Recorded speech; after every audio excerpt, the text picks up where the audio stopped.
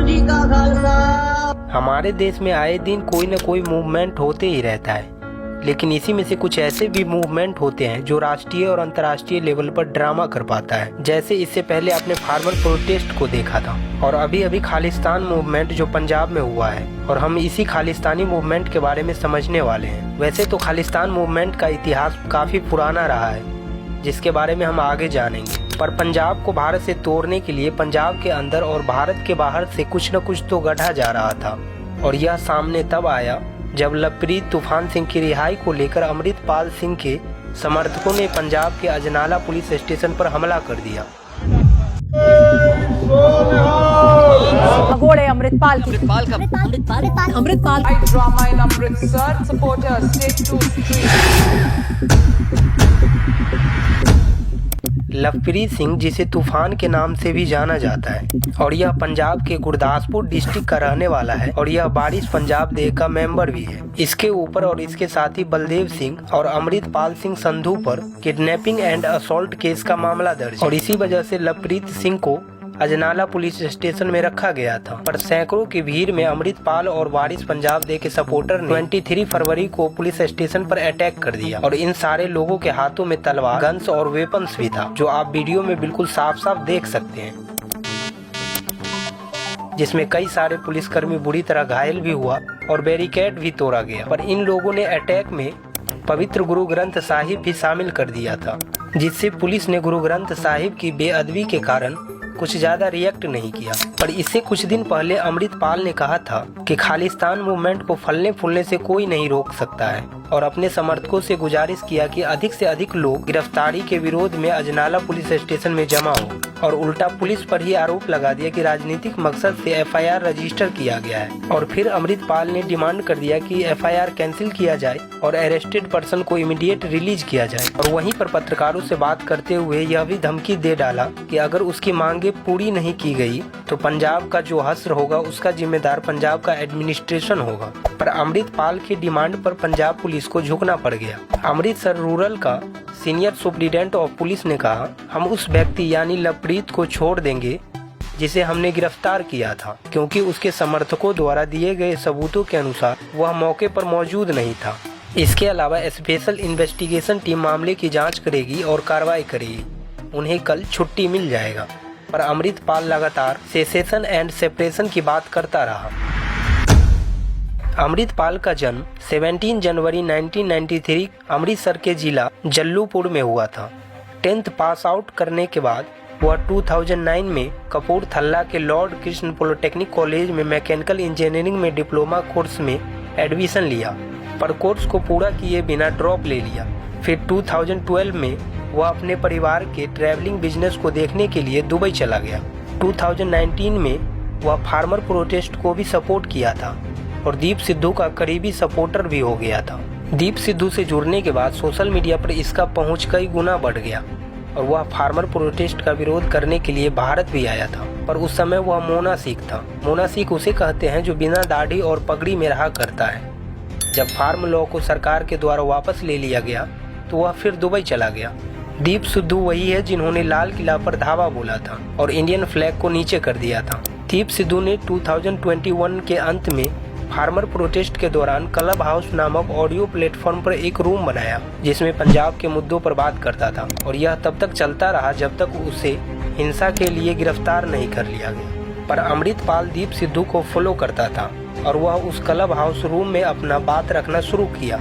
और अमृतपाल पंजाब के अन्य मुद्दों पर बात करने से ज्यादा पंजाब को भारत से अलग करके एक स्वतंत्र देश बनाने यानी खालिस्तान के बारे में ज्यादा बात करता था। हरनेक उब्बल फौजी जो बारिश पंजाब दे के दीप सिद्धू गुट का प्रमुख था और क्लब हाउस का हिस्सा भी। उब्बल कहता है कि अमृतपाल कुछ सदस्यों का पसंदीदा बन गया, पर दीप सिद्धू ने उसे ब्लॉक कर दिया और उससे दूरी बना लिया। दीप सिद्धू को लग गया कि अमृतपाल किसी एजेंडे के पीछे काम कर रहा है।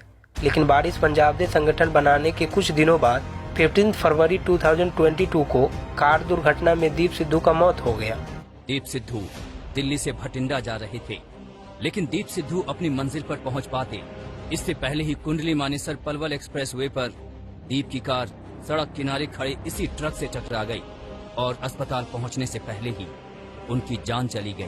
वारिस पंजाब डे के फाउंडर टीम का हिस्सा रहे सिद्धू के करीबी लोगों ने दी प्रिंट मीडिया को बताया उन्होंने अपने करीबी साथी पलविंदर सिंह लतवारा और उब्बल को संगठन का नेतृत्व करने के लिए चुना था।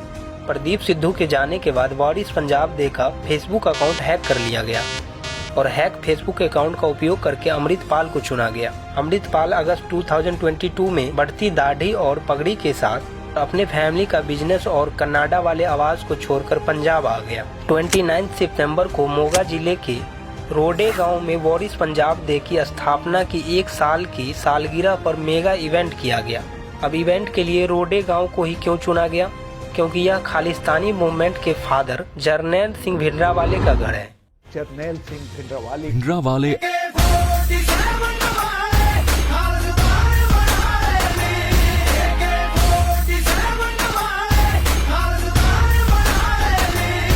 अमृतपाल सिंह कहता है कि सिख 150 साल से गुलाम है। पहले हम अंग्रेजों के गुलाम थे, अब हम हिंदुओं के गुलाम हैं। हम पूरी तरह से आज़ाद तभी हो सकते हैं जब हमारे पास सिख शासन होगा। अमृतपाल एक भाषण में कहता है कि हमारा पानी लूटा जा रहा है, हमारे गुरु का अपमान किया जा रहा है, हमारी भूमि में कारखानों का अतिक्रमण किया जा रहा है, हमारा भूजल समाप्त हो रहा है, हमारी पगड़ी का अनादर किया जा रहा है, हमारे राष्ट्र के प्रमुख लोग हमें केसधारी कहते हैं, यानी लंबे बाल वाला हिंदू। ये सभी कथित गुलामी के संकेत है। पंजाबी लेखक और पत्रकार अमनदीप संधू का कहना है कि भारत लौटने के बाद पंजाब में सामाजिक समस्याओं को उठाया है जो वहाँ के लोगों को पसंद भी आ रहा है। पंजाब पहुँचने पर अमृतपाल ने सबसे पहला काम किया वह है ड्रग रिहैब सेंटर स्थापित करना। कई सालों से पंजाब व्यापक रूप से नशीली दवाओं के दुरुपयोग की समस्या से पीड़ित है। Post graduate institute of medical education and research के द्वारा किए गए एक स्टडी में पता चला है 30 मिलियन पॉपुलेशन वाले राज्य में 15% आबादी दवाओं का सेवन कर रही है। 2021 में इकोनॉमिक सर्वे में बताया गया पंजाब में बेरोजगारी दर 7.4% है जो भारत में सबसे अधिक है। भले ही ड्रग्स और बेरोजगारी दोनों ही पॉलिटिकल पोल्स में मुद्दा रहता है, पर न तो पहले के सरकार में कुछ खास बदलाव दिखा और न ही वर्तमान में आपके मान सरकार में। खालिस्तान मूवमेंट वर्तमान पंजाब को एक संपूर्ण सिख कंट्री के लिए लड़े जाने वाला लड़ाई है। 1984 के ऑपरेशन ब्लू स्टार और 1986 के ऑपरेशन ब्लैक थंडर के बाद भारत में इस आंदोलन को लगभग समाप्त कर दिया गया। आंदोलन की शुरुआत भारत के स्वतंत्रता के बाद धार्मिक रूप से बंटवारा के आधार पर किया जाने लगा।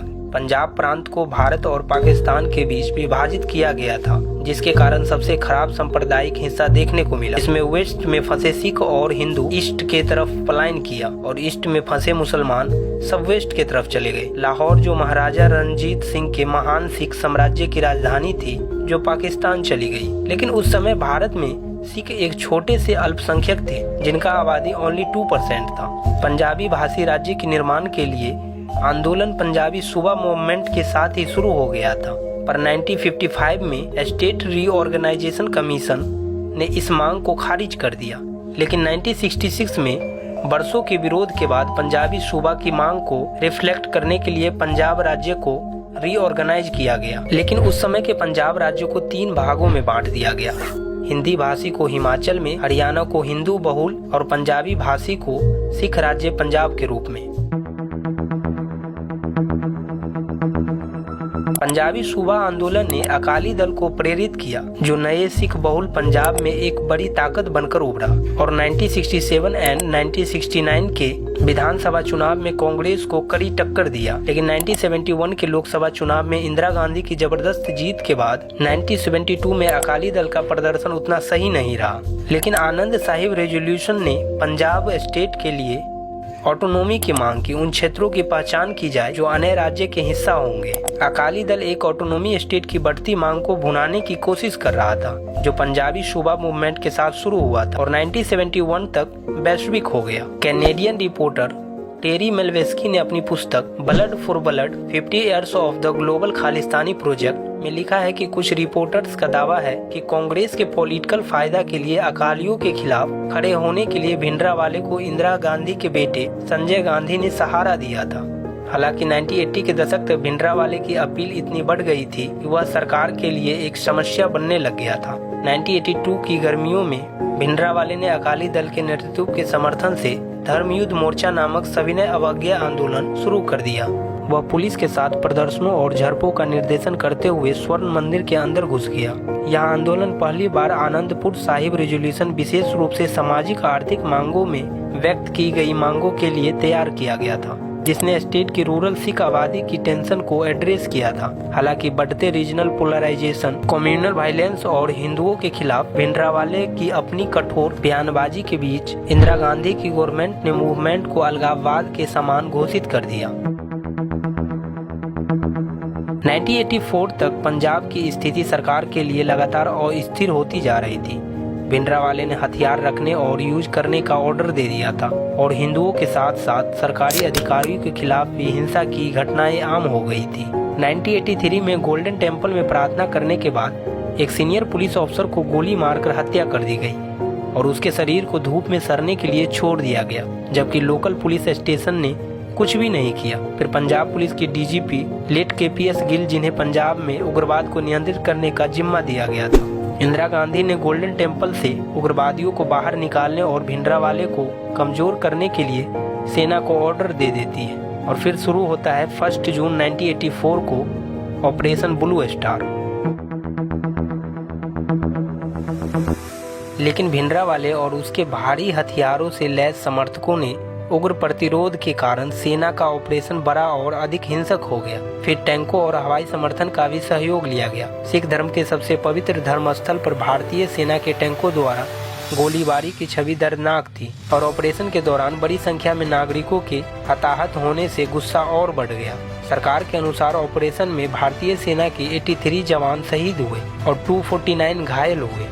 ऑपरेशन में कुल 493 आतंकवादी और नागरिक मारे गए। अन्य रिपोर्ट के अनुसार संख्या बहुत अधिक थी, तकरीबन 3000 के आसपास। उस समय बीबीसी के लिए रिपोर्टिंग कर रहे मार्क टेली ने कहा कि ऑपरेशन सिखों के 5वें गुरु अर्जुन देव के शहादत दिवस के साथ हुआ, इसलिए स्वर्ण मंदिर में तीर्थयात्रियों की संख्या सामान्य से काफी अधिक थी। जबकि ऑपरेशन अपने उद्देश्य में स्पष्ट रूप से सफल रहा। भिंडरावाले को मार दिया गया और स्वर्ण मंदिर को उग्रवादियों से मुक्त करा दिया गया। इसने दुनिया भर के सिख समुदाय को गंभीर रूप से घायल कर दिया। इसने खालिस्तान की मांग को और भी तेज कर दिया।